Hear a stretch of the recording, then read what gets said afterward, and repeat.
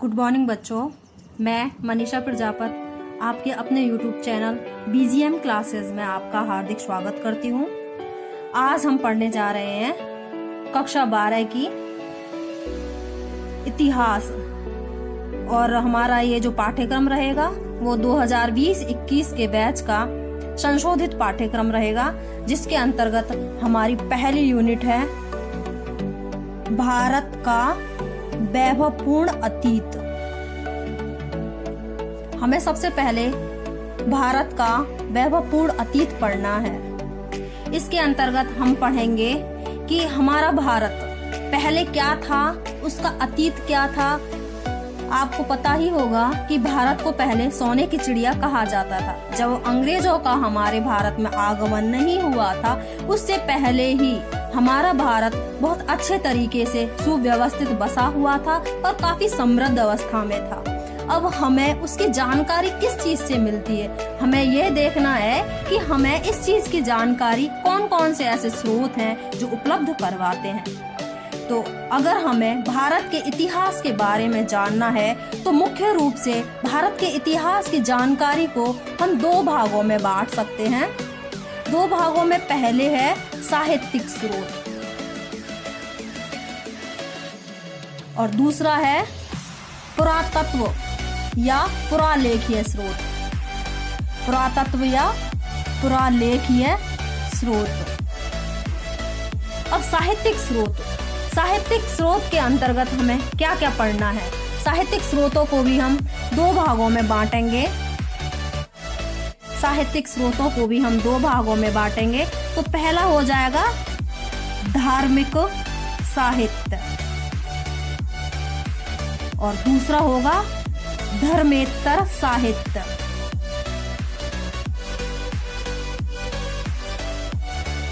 आपने देखा कि भारत का वैभवपूर्ण अतीत, इसको हम दो भागों में बांटेंगे ताकि हमें अच्छे से समझ में आ जाए।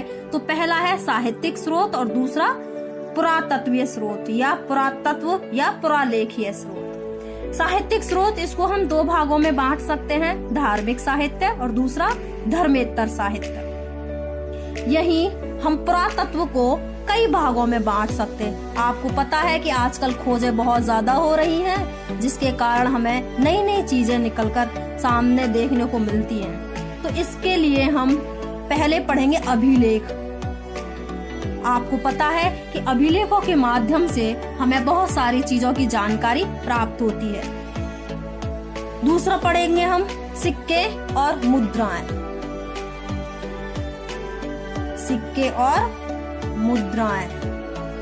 आपको पता होगा कि सिक्के भी हमें बहुत आयत मात्रा में मिले हैं और मुद्राएं भी हमें बहुत आयत मात्रा में मिली है। फिर उसके बाद में हम पढ़ेंगे स्मारक।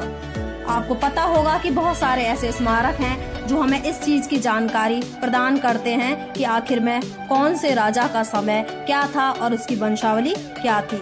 इसके बाद हम पढ़ेंगे मूर्ति और मंदिर, जिनके माध्यम से भी हमें इतिहास की जानकारी मिलती है। और उसके बाद में पढ़ते हैं हम शैल चित्र। आपको पता होगा, उदाहरण के तौर पर देखें तो मध्य प्रदेश में भीमबेटका एक जगह का नाम है, जहां पर हमें भित्ति चित्र मिले हैं या भित्ति शैल चित्र मिले हैं, जिसके द्वारा हमें पता चल जाता है कि मानव ने कब इन चित्रों का निर्माण करना शुरू किया होगा और किस तरीके से उसने जो आज भाषा है या अपने भावों की अभिव्यक्ति है, किस तरीके से करना सीखा होगा। इसी दौरान हम ये जो धार्मिक साहित्य है, धार्मिक साहित्य के अंतर जो धर्म से संबंधित साहित्य है, जैसे कि जैन साहित्य हुआ, बौद्ध साहित्य हुआ। देखते हैं जैन साहित्य, जिससे भी हमें बहुत सारी जानकारी प्राप्त होती है, और बौद्ध साहित्य जो महात्मा बुद्ध से संबंधित था, उससे भी हमें जानकारी मिलती है। इसके साथ साथ हमें वेदों से भी हमें इसकी जानकारी मिलती है, क्योंकि वेद धर्म से जुड़े हुए थे। इसके बाद में धर्मेतर, जो धर्म से परे हैं। धर्म से परे में जैसे कि लौकिक साहित्य, जो किसी क्षेत्र विशेष से संबंधित होता है। आपने देखा होगा, अपने राजस्थान पे बात करें तो राजस्थान में सूर्यमल मिश्रण है, उन्होंने भी बहुत सारे ग्रंथ लिखे हैं और कन्हैयालाल सेठिया हैं, इत्यादि धर्मेतर साहित्य के अंतर्गत आते हैं। इसके बाद में जो ऐतिहासिक साहित्य है, ऐतिहासिक साहित्य भी हमारे यहाँ पे जानकारी के प्रमुख स्रोत हैं। उसके बाद में विशुद्ध साहित्य, जो विशुद्ध साहित्य होते हैं वो होते हैं जो यहाँ के कवि रहे हैं, जो वीर रस प्रधान रहे हैं, वो सारे इन साहित्यों का सृजन करते थे। और इसी के अंतर्गत जो धर्मेतर साहित्य है, इसी के अंतर्गत आ जाते हैं हमारे विदेशी साहित्य। विदेशी साहित्य में आपको पता है कि प्रमुख राजाओं के समय में या प्रमुख शासकों के समय की बात करें तो बहुत सारे ऐसे जो बाह्य या विदेशी आए थे, उन्होंने यहाँ का अवलोकन किया, देखा सब कुछ, और देखने के बाद में ग्रंथ लिखे, यहाँ की समृद्धता देखी, यहाँ की विकसित अवस्था देखी, उन्नत राजस्व प्रणाली देखी, राजकीय व्यवस्था देखी, जिसके बारे में उन्होंने अपने ग्रंथों के माध्यम से लिखा। उदाहरण के तौर पर देखा जाए मेगस्थनीज आया जो चंद्रगुप्त मौर्य के शासनकाल में आया है, और फाहियान आया जो चंद्रगुप्त द्वितीय के शासनकाल में आया था, जो गुप्त काल से संबंधित था। उसके बाद में ह्वेनसांग आया जो हर्षवर्धन के शासनकाल में आता है। तो इनसे भी हमें भारत से संबंधित जानकारी प्राप्त होती है। इसके बाद में हम एक एक करके देखेंगे। सबसे पहले देखते हैं हम धार्मिक साहित्य। सबसे पहले आता है अपना धार्मिक साहित्य। उम्मीद करती हूँ कि आपको बहुत अच्छे से समझ में आ रहा होगा। धार्मिक साहित्य, आपको पता है कि सबसे प्राचीन वेद की हम बात करें, प्राचीन वेद ग्रंथ, तो सबसे प्राचीन वेद हमारा कौन सा है बताइए? प्राचीन वेद है हमारा ऋग्वेद। ऋग्वेद के अंतर्गत हमें हमारे जो पुरानी चीजें हैं उनकी जानकारी मिलती है कि किस तरीके से मानव ने बसना शुरू किया और अपनी शासन व्यवस्था को संग्रहित करके उसका शासन संचालन करना किस तरीके से उन्होंने सीखा, किस तरीके से वहाँ की अर्थव्यवस्था थी या सामाजिक व्यवस्था थी या राजनीतिक व्यवस्था थी। इन सब की जानकारी हमें कहाँ से मिलती है? ऋग्वेद से। आपको पता है कि वेद 4 थे, तो सबसे प्राचीन हो गया ऋग्वेद। उसके बाद में आता है यजुर्वेद। उसके बाद में आता है यजुर्वेद। यजुर्वेद के बाद में आता है सामवेद, और सामवेद के बाद में आता है अथर्ववेद। तो इस तरीके से 4 वेद हैं, ऋग्वेद, यजुर्वेद, सामवेद और अथर्ववेद। ये जो ऋग्वेद है, यजुर्वेद है और सामवेद, इनको हम वेद त्रय कहते हैं क्योंकि ये तीनों वेद पहले से रचे जा चुके हैं। और जो ये अथर्ववेद है, अथर्ववेद हमारा सबसे लास्ट में रचा गया, इसीलिए हम इसको अलग से देखते हैं। अगर इनके साहित्य सृजन या फिर इनके अंदर किस चीज का उल्लेख मिलता है, अगर उस उल्लेख की बात करें तो ऋग्वेद के अंतर्गत 10 मंडल और 1028 सूक्त हैं। प्रत्येक वेद के भाग 4 हैं, मतलब जो प्रत्येक वेद है उसके 4 भाग हैं। जैसे कि संहिता, प्रत्येक वेद के 4 भाग हैं। कितने हैं? 4 भाग हैं। तो वो भाग कौन कौन से हैं? जो प्रत्येक वेद है उन वेद के भाग कौन कौन से हैं? तो पहले भाग की बात करें हम तो संहिता, दूसरे भाग की बात करें तो ब्राह्मण,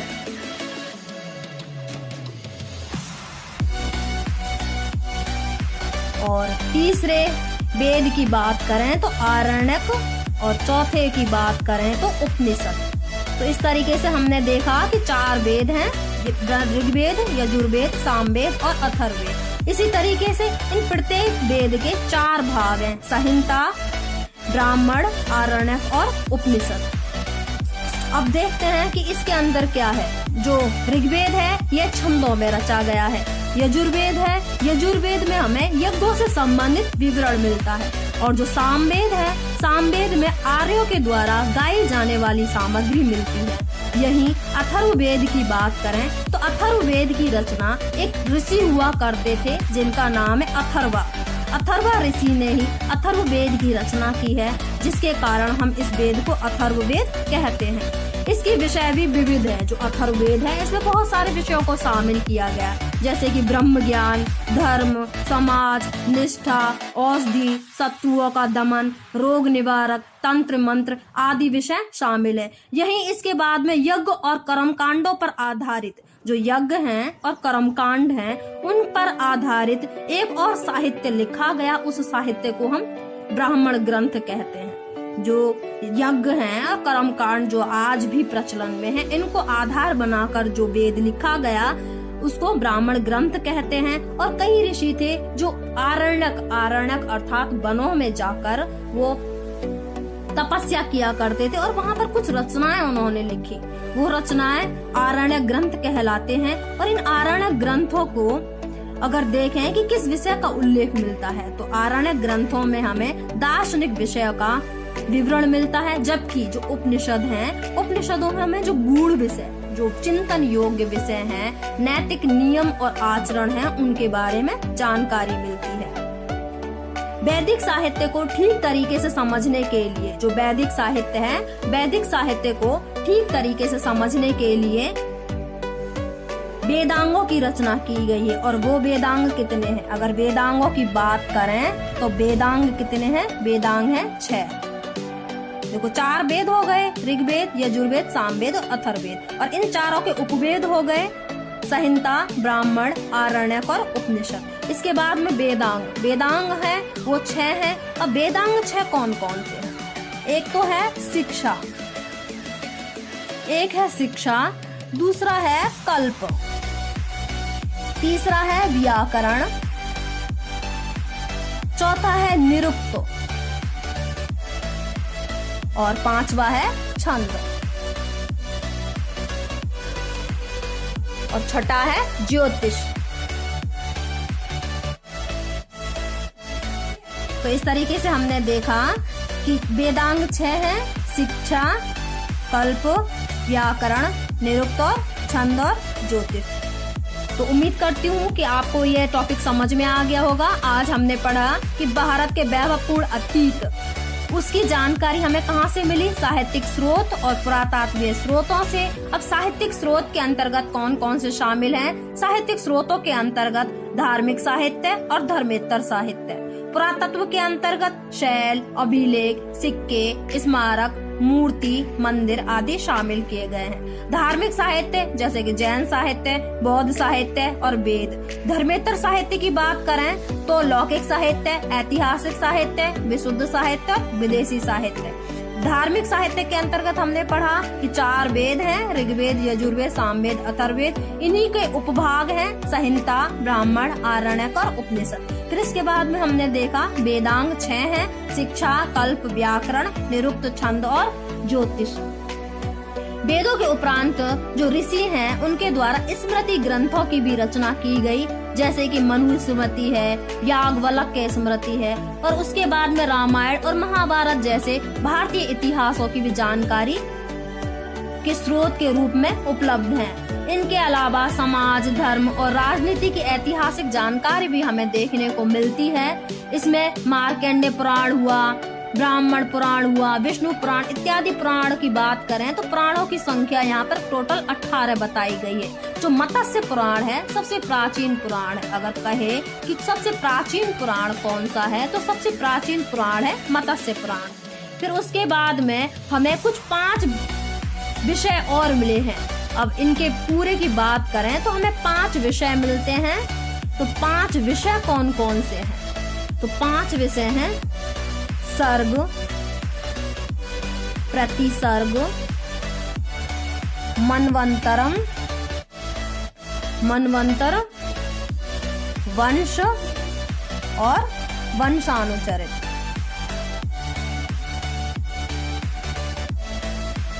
इस तरीके से ये 5 विषय हैं: सर्ग, प्रतिसर्ग, मनवंतर, वंश और वंशानुचरित। उम्मीद करते हैं आपको अच्छे से समझ में आ गया होगा। नेक्स्ट क्लास में हम बौद्ध साहित्य के बारे में पढ़ेंगे। यह आपकी जानकारी को और बेहतर बनाने के लिए बहुत उपयोगी होंगे। अगर आपको कुछ समझ में नहीं आया है तो लाइक करें, सब्सक्राइब करें, कमेंट करें, ताकि हम बहुत अच्छे से आपको ये मैटर उपलब्ध करवा सकें। और उम्मीद करते हैं कि आपको यह पसंद आया होगा। और अपने YouTube चैनल BGM क्लासेस में आपका तहे दिल से आभार, स्वागत है। और लाइक करिए, सब्सक्राइब करिए और जो भी है वो कमेंट में करिए। Okay, thank you.